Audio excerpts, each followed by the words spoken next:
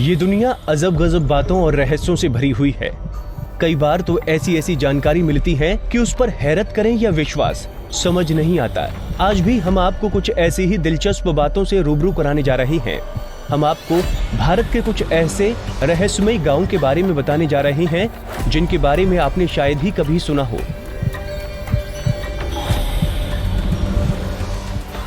मलाणा, हिमाचल का एथेंस। हिमाचल प्रदेश के कुल्लू जिले में बसा है मलाणा गांव। ये गांव अपने आप में काफी रहस्यमयी और दिलचस्प है। सबसे पहली बात, आपको यहाँ पर कुछ भी छूने की इजाजत नहीं है। जी हाँ, सही सुना आपने, आप यहाँ कुछ भी छू नहीं सकते। अब इसके पीछे की वजह भी जान लीजिए। दरअसल मलाणा निवासी अपने आप को सर्वश्रेष्ठ मानते हैं। ऐसे में किसी बाहरी इंसान ने अगर उनके मंदिर, घर, यहाँ तक की दुकानों को भी छू लिया तो वो उस पर 1000 से 2000 तक का जुर्माना लगा देते हैं। यहाँ के निवासी भारत का संविधान भी नहीं मानते। इनके अपने सदन है और उसके अपने नियम कानून हैं, जिसका वो बेहद सख्ती से पालन करते हैं। इनका कहना है कि नियम तोड़ने से हमारे देवता नाराज हो जाएंगे, जिससे पूरा गांव तबाह हो जाएगा। गांव वाले जमलू ऋषि की पूजा करते हैं। इस गांव के इतिहास के मुताबिक जमलू ऋषि ने ही इस गांव के नियम कानून बनाए थे। इस गांव का लोकतंत्र दुनिया का सबसे प्राचीन लोकतंत्र में से एक है। ऐसा माना जाता है कि जमलू ऋषि को आर्यों से भी पहले से पूजा जा रहा है। उनका उल्लेख पुराणों में भी आता है। अब कुछ और दिलचस्प बातें। यहाँ के लोग खुद को आर्यों का वंशज मानते हैं, लेकिन एक अन्य परंपरा के अनुसार वो खुद को सिकंदर का वंशज मानते हैं। गांव वालों के मुताबिक जब सिकंदर ने भारत पर आक्रमण किया तो उसके कुछ सैनिकों ने सेना छोड़ दी और यहाँ आकर बस गए। वहीं यहाँ साल में एक बार फागली उत्सव मनाया जाता है, जिसमें ये लोग मुगल सम्राट अकबर की पूजा करते हैं। यहाँ आने वाले टूरिस्टों को गांव में रुकने पर मनाही है। वो लोग गांव के बाहर टेंट में रह सकते हैं। यहाँ की भाषा भी कुछ अलग है। यहाँ की बोली में आपको ग्रीक, संस्कृत और तिब्बत की कई बोलियों का मिश्रण मिलेगा, जो आसपास की किसी भी बोली भाषा से मेल नहीं खाती। टिल्टेपक, जहां इंसान से लेकर पशु पक्षी तक सब हैं अंधे। भारत में एक गांव है टिल्टेपक, जहां जोपोटेक नाम की जनजाति रहती है। इस जनजाति के सभी लोग अंधे हैं। इतना ही नहीं, यहाँ के जानवर से लेकर पक्षी तक सबकी आंखों की रोशनी खत्म हो चुकी है। दरअसल यहाँ पैदा होते वक्त तो सभी बच्चे सही सलामत और स्वस्थ होते हैं, मगर कुछ दिन बाद ही वो दृष्टिहीन हो जाते हैं। यहाँ के निवासी अपने इस अंधेपन के पीछे की वजह एक श्रापित पेड़ को मानते हैं। उनके मुताबिक लाव जुएजा नाम के इस पेड़ को देखने के बाद इंसान से लेकर जानवर तक सब अंधे हो जाते हैं। हालांकि वैज्ञानिकों ने इस कारण को नकारते हुए बताया कि यहाँ के अंधेपन के पीछे की वजह एक खास किस्म की काली मक्खी है, जो काफी जहरीली होती है और इसके काटने पर उसका जहर शरीर में फैल जाता है, जिसका सबसे पहला असर आंखों की नसों पर पड़ता है, जिससे जानवर हो या इंसान वो जल्द ही अंधे हो जाते हैं। इस गांव की एक और खास बात है, यहाँ किसी भी घर में खिड़कियां नहीं है।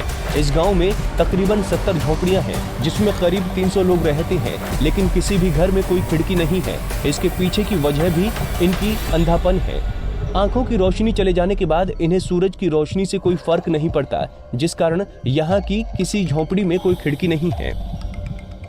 मत्तूर, इस गाँव में हिंदू मुस्लिम सब बोलते हैं संस्कृत।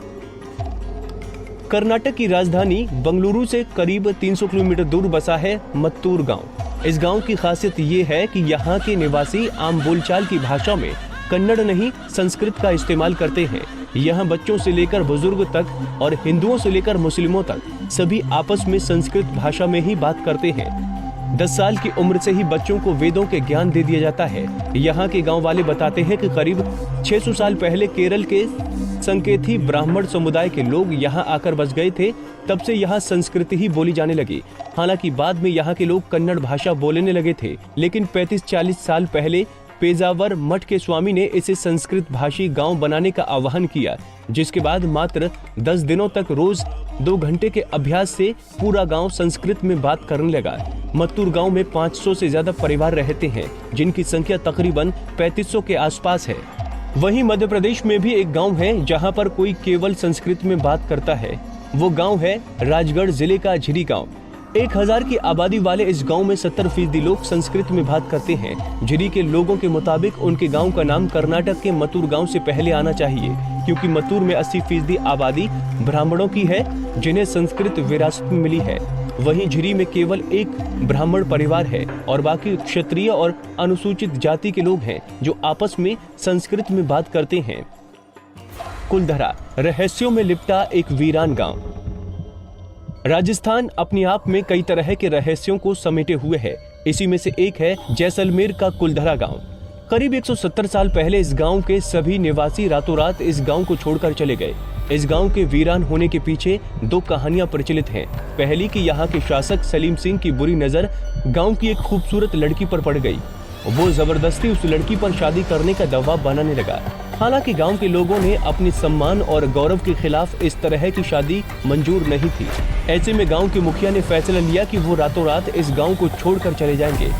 जाते वक्त उन्होंने इस गांव को श्राप दिया कि इस जगह पर कभी भी कोई बस नहीं पाएगा। वहीं दूसरी कहानी के मुताबिक यहाँ का शासक सलीम सिंह ब्राह्मणों पर बहुत अत्याचार करता था।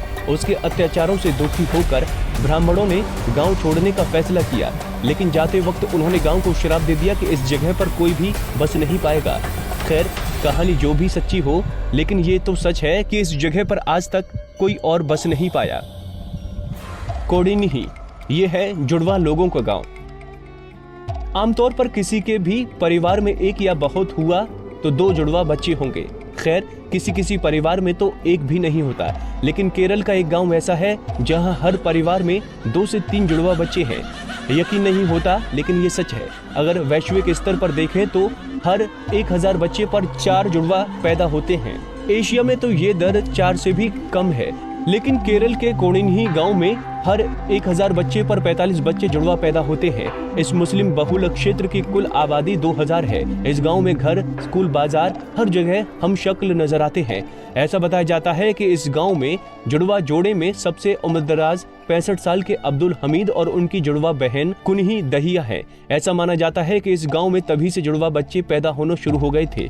शुरू में तो सालों में कोई इक्का दुक्का जुड़वा बच्चा पैदा होते थे, लेकिन बाद में इसमें तेजी आई और अब तक तो बहुत ही तेज रफ्तार से जुड़वा बच्चा पैदा हो रहे हैं।